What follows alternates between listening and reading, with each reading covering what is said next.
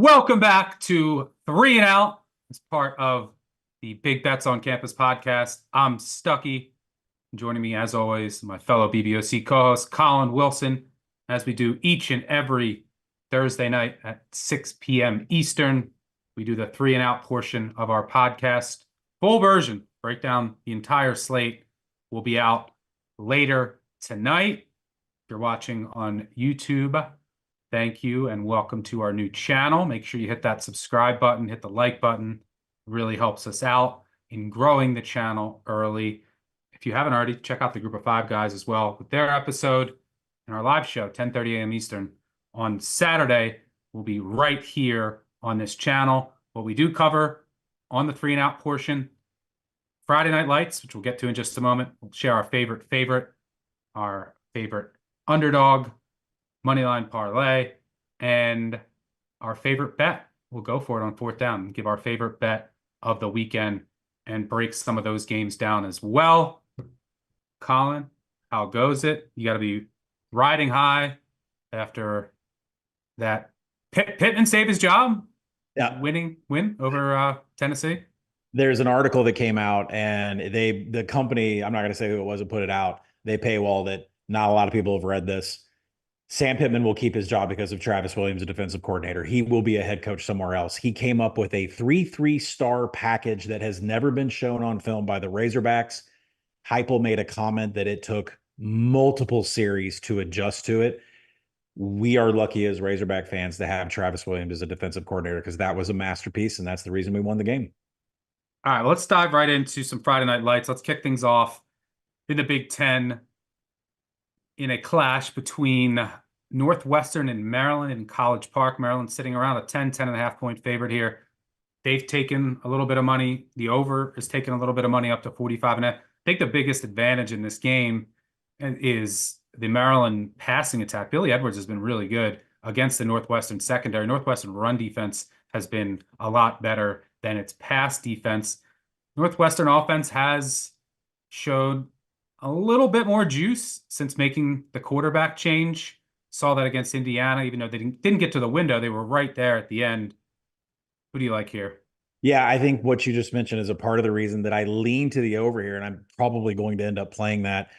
And let's start off on the Northwestern side for them. Like, how are they going to score some points in? But the Maryland pass rush is going to be completely neutralized here because Northwestern is offensively 17th in pass blocking, and that's the best part of Maryland's defense is getting to the quarterback. So you would expect a little bit more methodical drives, a little bit more scoring chances. And the best chance of explosives from Northwestern may come from Cam Porter in the ground game. And that is an area with Maryland you could probably get some traction on. And then Maryland's best chance of scoring, of course, is Billy Edwards. I mean, this is not the same passer that we've seen from years before. A 13-5 big time throw to turnover worthy play rate. And, Northwestern is 117th in allowing explosives in the pass. I mean, they're pretty bad. So I think there's a chance here to get some unexpected points, not just because of the changes that Northwestern has made, but because they can neutralize the best part of the Maryland defense. Yeah, I think the look here is over or nothing as well. Not a game I'm running to bet, and I Right. despise Northwestern overs, but I think it's over or nothing there. Let's move on to another ugly one in the Mountain West between UNLV and Utah State. Utah State is just dreadful. UNLV, what's sitting as we speak, 18.5, 19-point favorite. Total around 66.5, sky high. I think this line is a little bit inflated and it's not the best spot for UNLV. Coming off that really heartbreaking loss against Syracuse, they have Oregon State, then they have the big one against Boise State on deck. The reason why I especially think this is a pretty poor spot is their defense was on the field for the entire game last week against Syracuse, which just controlled the clock throughout, and the game went to overtime. Now you're going to elevation.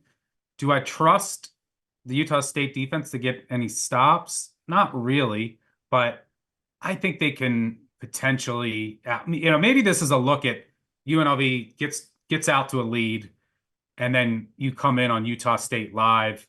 UNLV might want to save some of its bullets. their defense could become extremely fatigued in elevation after last week.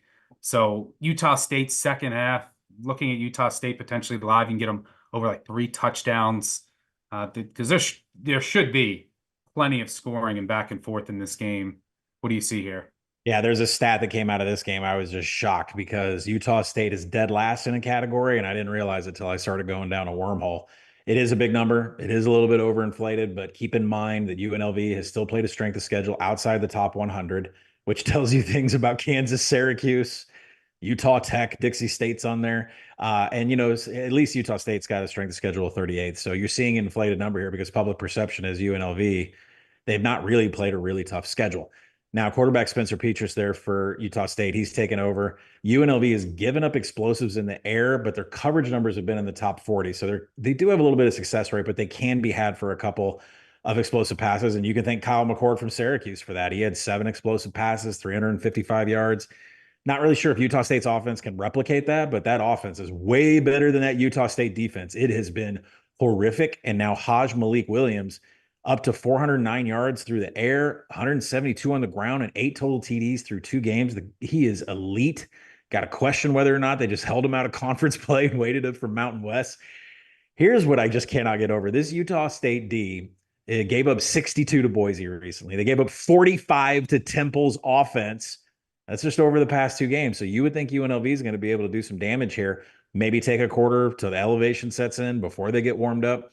But the Utah State defense gives up the highest amount of points in the second quarter of any team in the nation. It's 19.4 points. That is far ahead of the next team, Kent State. It's even farther ahead of the next team, North Texas. I don't know what's going on in second quarters with Utah State. They are horrific from a defensive standpoint. So for me, there's a lot of overs here. So you got to kind of comb through what you want because UNLV could start off slow at the elevation, but they're going to kick it up, and Malik Williams should. I like first half over 34.5. There is a bye week on deck for UNLV. I don't know if that plays a factor in maybe the fourth quarter if there's like a monster lead here. But I think the best wager here is a first half over on the 34.5 because of how horrific Utah State has been in the second quarter. And I actually think, Spencer Petras could get some explosives here. They might be able to help out with that 34.5. So I do like the over in the first half, but I like UNLV's team total over. A lot of overs here to pick from. No, yeah, I mean, UNLV could get them themselves. UNLV doesn't have a bye. They got Oregon State next week and then Boise. So, yeah, I agree. If they have a big lead, they could potentially. And but their D was fatigued. So I don't even hate the full game over. But I'll be looking for Utah State live. Staying with a team in Utah, let's move on to the Big 12 in the night clash between Arizona State and Utah in Tempe. This line's been bouncing all over. I was going to break some news here, but Brett McMurphy beat me to the punch that Cam Rising will indeed start. So this line was coming down, down, down. There was rumors that Cam Rising wasn't going to play. No one knows anything when it comes to Utah. Gets announced that he's in, and the line comes back up. As we're recording this, the line's sitting, what is it, Utah 6.5 still? Yeah, we just raced up to 6.5. I still think with Cam Rising, it's too cheap. I think it should be over a touchdown. I also, if you were listening to the podcast earlier this week, I bet Utah to win the Big 12, which I still like if you can find that out there. With Cam Rising, this is probably the best team in the Big 12. Win this game, and they're right back in business. So I like Utah for the game. I mean, look, Arizona State, they're improved. Scadabo's been great. But, I mean, come on, who have they beat? They beat a one-win Kansas team who melts down every single week. They beat Wyoming, who is abysmal. I mean, it's hard to put in words how bad Wyoming is. Yeah. And Mississippi State, I think the love for Arizona State has gone too far. They can't throw the ball. What's Utah going to do here? Just load the box. They're going to take away the run. Good luck to the Arizona State offense. But if Utah wins this game, right, they have one loss in league play. But say that they win in Tempe this weekend. Then they have TCU at home, at Houston, BYU at home, at Colorado, home against Iowa State, at UCF. Now, Colorado, that game looks much tougher than many of us have originally anticipated. Still like them in that game, but I mean, TCU looks like a corpse. Houston, it showed some fight against TCU, but can't really move the ball. You get Iowa State at home, and then UCF. That was a game I was worried about, right? At UCF to close out the season. Is anyone even going to show up at the bounce house by that point? So I like Utah. I already have some Iowa State, right? And that Utah-Iowa State game could be huge. Yeah. I got myself some Utah too. I think with Cam Rising back, this spread should be over 7. What do you see here? Yeah, if you're hesitant on the 6.5 or the 6, it's out there on Utah because I think it's going to go up. I would make this game 9 with Cam Rising, so I Yeah, I'm expect. like 8. Yeah, so I don't think it's done, and it's really funny. I mean, last night I spent 60 minutes researching heavily. Did Cam Rising practice? Because you just can't get anything out of these. There's not a lot of practice reports out there, and I found a Did you have beat. a drone? Did you have like a drone trying to I fly over the mean, practice? even with the reach that you and I have, it's really hard to find out what's going on with this Utah team during practice. But there was a beat reporter who was not allowed to see practice. But after practice ended, Cam Rising stayed an extra 2 hours and put in additional work, which meant he practiced the entire time. You're going to play on Saturday for Kyle Whittingham. You're going to have to practice. And Cam Rising was there. But the problem was last night when I read this information, this number was tumbling. 5, 4.5, 4. It touched 3.5 a couple hours ago. I said, this just does not make sense if Cam Rising is Yeah, I was practicing. like, does someone know something? And I almost bet Utah when the number came down, and I should have. My gut was saying no one knows anything. Nothing gets Yeah. out of Utah. And I had some people tell me that he was going to start, but I also knew that they probably didn't know anything. So I should have just bought it, Yeah. I started after the laying my buy, but I started laying minus 180s cheap, and I was like, I'm not going to put that in the app. I don't want people to run to it because I needed to be verified first, and you never know. He could re-injure himself. I don't know. So I mean, let's he talk still might not play, by the way. We're sitting here confirmed that he's in. Who knows? It's still an hour before kick. He's out. He's out for the year. It gets announced. There's no bigger circus in Salt Lake than the housewives of Mormon lives, whatever. So listen, Arizona State, you ask yourself, like, how are they going to score here? They're dead last defensively in finishing drives. That's how big it is if Cam plays, because if you have any kind of offensive pulse on the field, you're going to be able to score on Arizona State. I can't tell you how bad you have to be dead last in finishing drives.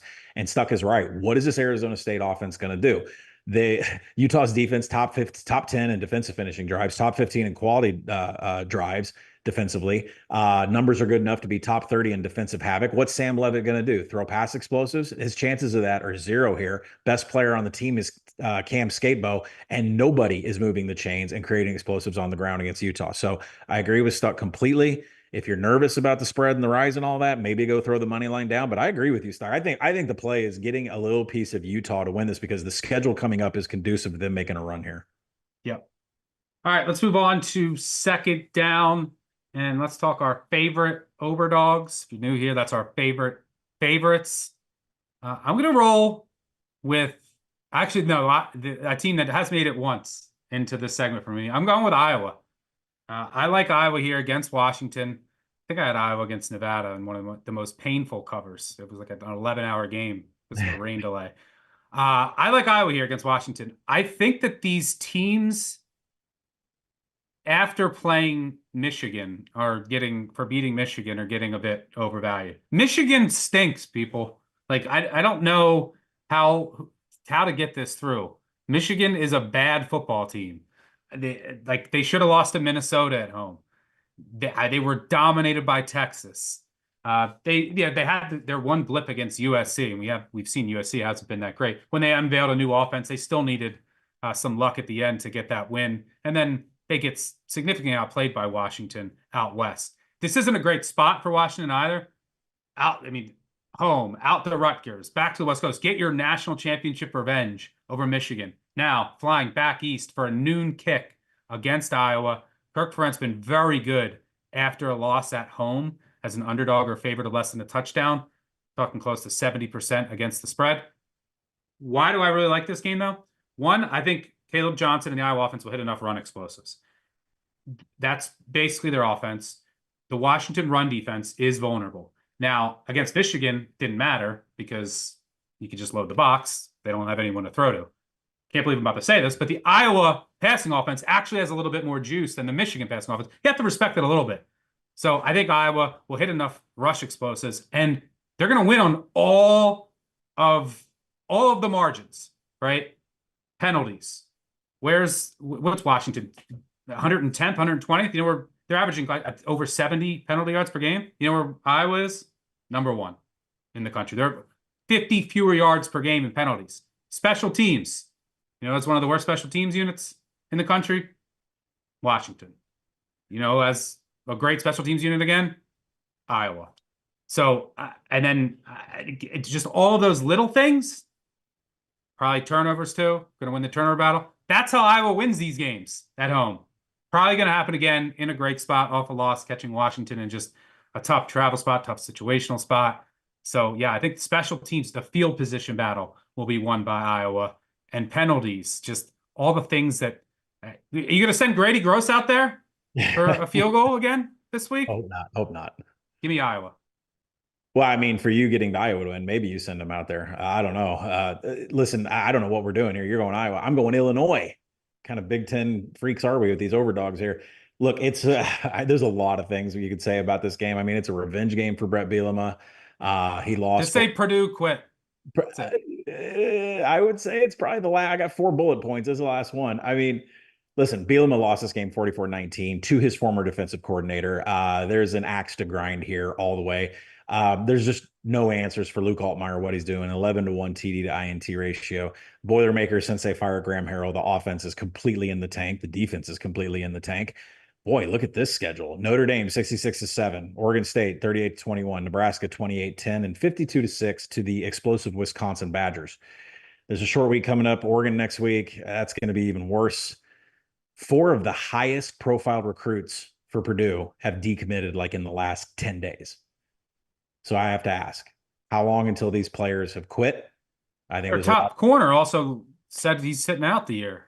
Had it before last week. Yeah, I hate to take an easy one here in this section for favorite overdog, and I really don't like backing Bielema with big numbers, but this is you just can't deny what's going on here with Purdue. I think you put in the app first half. Are we going full game or first half here? Both. Well, what do you want for official? You want first half or full game? Full game as of today. I'm sure this is going to steam on Saturday. Okay. All right. Let's go. I mean, Purdue is just unbettable. There's a couple teams I can't bet in college football right now. I mean, I shouldn't say can't. Like, if Purdue, I mean, there's a number for everything. For example, UAB, I think, has quit. If they got the 28 against Army. UCF's on quit watch. Oklahoma State is on quit watch. Yes, there's so much quit watch this weekend. Man, if the board flashed UAB plus 28, would I bet it? I think I don't know, man. I mean, they just saw the triple, right? They saw Navy. It was horrific, but they saw it. Yeah, it's getting close. It's getting up there. I don't know. Probably would have to. But I don't know if I'd be able to hit some it. Anyway, all right. Two favorite favorites are Iowa and Illinois. What could go wrong? All right, let's move on to third down. Our favorite underdogs for our underdog moneyline parlay. Hit this last week. Let's I think it was our second time we've hit it this year. Let's keep the momentum rolling. I'm going to continue with the theme. Quit watch. Yes. Cincy. UCF, I mean, is anyone going to show up for this game? They looked, the last 2 weeks, I mean, they looked like they didn't show up against Florida. And Cincinnati, by the way, I mean, this team is, I think, still flying under the radar a bit. If you look at their schedule, they lost to Pitt in a game they should have won. They blew, and Pitt, by the way, is undefeated.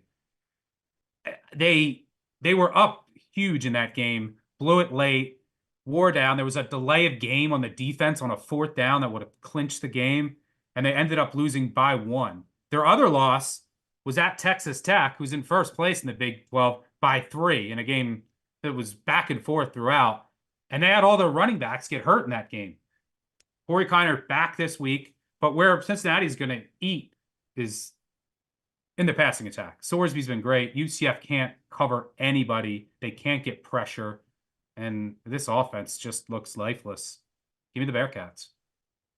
Yeah, I'm going to go with LSU here for our underdog money line parlay. It's just an amazing situational spot for LSU. Ole Miss, this is their 7th straight game. This is their 3rd straight SEC game. Back-to-back travel after, they had a bounce back after the Kentucky loss. They went on to beat South Carolina. I know this roster is loaded, but this is 7th straight game and 3rd straight in the SEC. That's not, to be taken lightly. LSU is completely off of a bye week. Any tweaks that they needed, they've been fine since the USC game. Ole Miss is still a really soft strength of schedule, 81st. And we're finding out these teams that have strength of schedules that are still pretty poor, sometimes they get rocked by offenses they haven't seen before. I think that's what we're going to see here. Now, Ole Miss has a havoc number that is top 5, they're number 1 in defensive havoc this week, top 5 in pass rush. It's just not going to apply here. LSU is 11th in pass blocking. Garrett Nussmeier is being protected by 2 of the best offensive tackles in the nation, 15% pressure rate. Nussmeier is fine against this Ole Miss havoc that's coming for him. The coverage grading is what really sticks out in the Ole Miss analytics. Why is it so low for Pete Golding? He runs a strict cover 1. You go into Nussmeier, he dominates cover 1, 57% success rate, 23.5% of the time. Nussmeier is throwing explosives when he passes against a cover 1. Positive EPA per pass. It's just a powder keg that's going to be able to be exposed on the back end of the Ole Miss defense. Also, is there a running game here from a freshman? Caden Durham. Caden Durham. Yeah, I mean, behind 2 of the best tackles, like I said, in the nation from a run blocking perspective also. His attempts are growing game by game. He had 11 in his last game. He's averaging now 4.5 yards after first contact. And that's over the last 2 games against South Carolina and South Bama. Ole Miss, heavy tempo. Is that really what you want to do here? 22 seconds per play. LSU loves to control the clock, and you're going to let them control this easily. They're going to own the time of possession. Plus, injury. Is there anybody more important than Trey Harris? Trey Harris has 64 targets. Let's look at the list after him. Juice Wells, 30. Caden Lee, 21. Trey Harris is a monster part of the pie of this Ole Miss offense. I don't like what they have on the back end from a coverage grading. When Jackson Dart, who has these, it really does have tremendous numbers with pressure. He has improved so much throwing into traffic and mid-range stuff.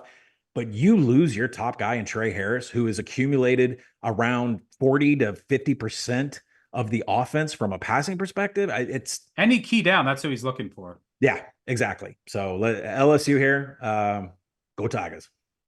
I agree. We're putting it on our board, our whiteboard of transparency. We unveiled last week. This board looks very pretty. It's not going to maintain this way, for me at least. 5-0 on games we agreed on last week. Head-to-head, I'm 2-0. Trash segment, 2-0. LSU on the agree section. Yeah, I mean, look, number 1, it's a great spot. Number 2, Durham maybe does provide a little bit of balance, but the strength of the Ole Miss defense is their front and their run D. Yeah. But so even if LSU can't get the run game going, I think Nussmeier's could be able to drop back. And where LSU's offense line does excel is in pass protection, right? So they're going to be able to give him time. And look, they were changing their run blocking schemes during the bye week. Maybe they fix some of that, and they can. And Durham has looked like he can provide some juice, not only running the ball, but out of the backfield. So, yeah, I think this bye came at a really good time for a team, the new defensive coordinator, new scheme. And look, this Ole Miss team, in the SEC so far, they faced Kentucky and South Carolina. Neither of those teams can throw it downfield. The biggest question mark on this Ole Miss defense is the secondary. So, yeah, I like LSU catching over a field goal here. Even at a field goal, I think is fine. Brian Kelly, for what it's worth, 35-18 against the spread as an underdog. Hitting 2/3 of the time, 27-13-1, close to 68% when catching over a field goal. After a bye, been pretty damn good. 15-8-1 against the spread, 65% covering by about 3.5 points per game. LSU fans, remember I was like, I feel like I never get to bet LSU, and here we are. LSU, go Tigers. Go Tigers. All right, that is our underdog moneyline parlay, Cincy and LSU. And let's move on to, we're going to go for it on 4th down. Favorite bet of the weekend. Look at you Look at you with your pick. Woo, man. Look at you. Yep. Let's go. I'm getting a little crazy. I'm going UCLA against Minnesota. Continue what I talked about earlier. Uh, this like Minnesota, yeah, they played Michigan tough. Michigan stinks. Then they caught USC in a great spot, and like that, there was wind conditions. There was windy conditions which really hurt USC, and they were able to come back late in that game. They were able to run the ball, this is a tough spot for them. Traveling out west, for what it's worth, Big Ten teams going 2 time zones or more, 1 and 8 straight up. Something to keep an eye on with this new Big Ten schedule and ACC too, with all the increased travel. But UCLA's been feistier than I expected. I like some of the changes they made on the offensive line last week. This Minnesota team just doesn't profile as a team that you want to back as a favorite. This game should be super low possessions. Minutes. The UCLA wants to go slow. Minnesota wants to go slow, run the ball. I think that this spread should be closer to a field goal. Minnesota off that emotional win over USC, heading out west to play UCLA, who's covered 3 straight. Their defense is still playing hard. Their offense is starting to figure some things out. And by the way, you want to talk about a strength of schedule? UCLA. This will feel like a welcome relief. Who have they played the past 4 weeks? Indiana, now a top 20 team. Oregon, top 5 team. LSU, top 20 team. And Penn State, top 10 teams. They had 4 straight top 20 teams. The travel isn't ideal, and just playing all these tough teams. But I think Minnesota washes that out, because Minnesota has gone from what? Iowa to Michigan to USC, 3 physically demanding, emotional games. So I think that potential advantage for Minnesota, you throw in, both teams are traveling, I think washes out. So I like UCLA here. Give me the home dog in which should be a low-scoring game. I'm probably going to join you here, which is weird after all the feelings I had for UCLA for the last couple of months. Putting it on the board or no? Not official. Put it on the board. We're going. Oh, baby. Row, the boat can stop. It ain't rowing. All right. Sink the boat. Let's go Red River. I really thought I was going to be on Oklahoma here. I thought the spread would be too high. Power ratings got updated this past weekend. I made it 14 on the dot. Thought I would sit back, maybe see if a 13.5 popped. It never popped. I think it might still pop, but I would probably hit it again. I like the Longhorns that much. Now, Quinn Ewers is back. He has been flawless in a crowded pocket this season. He's been great with pressure. So even if Oklahoma is able to get some past this offensive line, he's been great.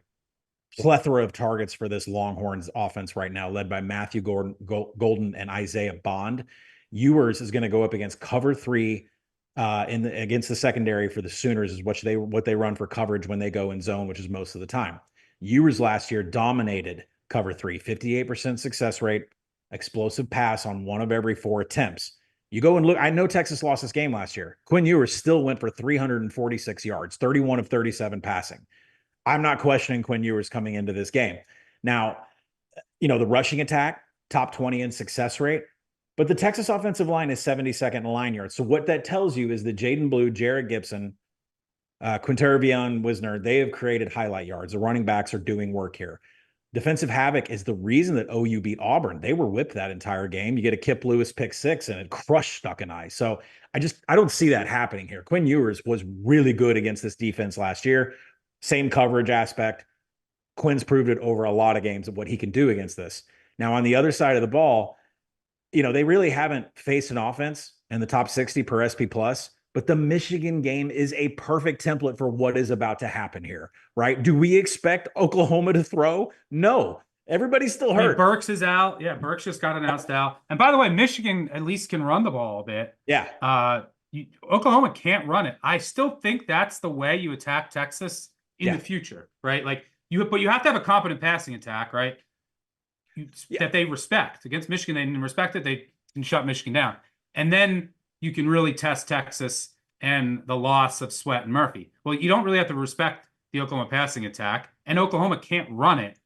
So how do they keep up with Texas unless the defense has just a superhuman effort, which is, it's hard to envision them keeping Texas in check. By the way, I would lean under here. Not sure I can get there because I tweeted out, remind me last year, and I bookmarked it and put it on my calendar. I said, remind me not to ever bet a Red River under again in my life. I mean, if you looked at some of these scores lately, they're all like 45-40, 50-45, 53. I had the worst luck in this game, by the way. Remember that I lost Texas plus 7.5 in triple overtime. Yeah, that was rough. One That of was the a most rough one. painful losses of my life.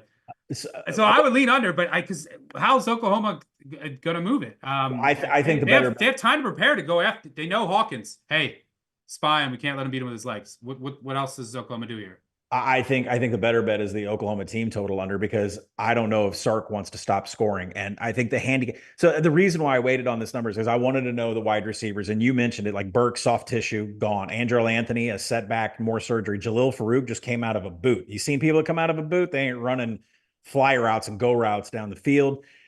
What's the rest of this offense? You mentioned it. Success rate, 123rd, both passing and running. Like, they're not going to be able to run the ball. They're 128 in success rate in passing downs. They get behind the chains. OU gets even worse. So I think one thing that I want to touch on about why Texas is for real a national title contender. Me and Steve Sarkisian had a conversation at SEC Media Days, cash your tickets. I said, why can't you score in the red zone? Where's the touchdowns? We just don't have Roschon. We don't have Bijan. I said, do you have any options? I got 24 options here during practice, and we got to figure out who it is. Let's go and look right now what's going on. 12 different players have scored a touchdown for Texas. I believe 8 of them have scored at least 2 touchdowns. There are so many options that are getting into the red zone, and getting touchdowns in the red zone. This team is touchdown crazy. Sark is in his bag, and he has so many options on this offense.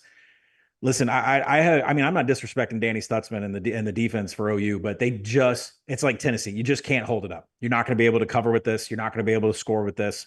And things like Auburn are going to continue to happen when your offense continues to be bottom 10 in the nation, no matter what it does. Give me Texas here. If you want to be patient, look for a 13.5. I do think there's just going to be enough OU in here. This is way too big of a number, but I think 14 is the number I'd fire on. Yeah, and look, Oklahoma's defense, they might have been gassed, but Auburn put up like 300 yards in the first half. And then after seeing Tennessee against Arkansas, maybe that effort wasn't as great. For what it's worth, a couple nuggets on this game. First Red River rivalry, it's an SEC game. So finally, this game just means more. But that feels weird to say. It also won't be at noon, which is very odd. Yeah, that's weird. So an SEC game between Texas and Oklahoma that's not at noon. But you know what that means? Like everybody get drunk, right? There's going to be a more rowdy crowd of drunkenness. Yeah, it should be an awesome atmosphere, as always. Biggest favorite, Texas, the biggest favorite they've been in this series since 2005 when they won the national title. Hooked them.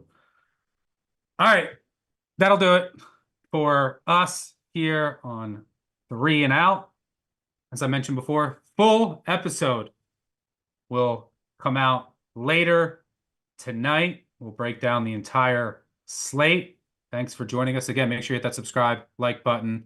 Live show 10:30 a.m. Eastern on Saturday. We'll see you there. Thanks for tuning in. Cheers.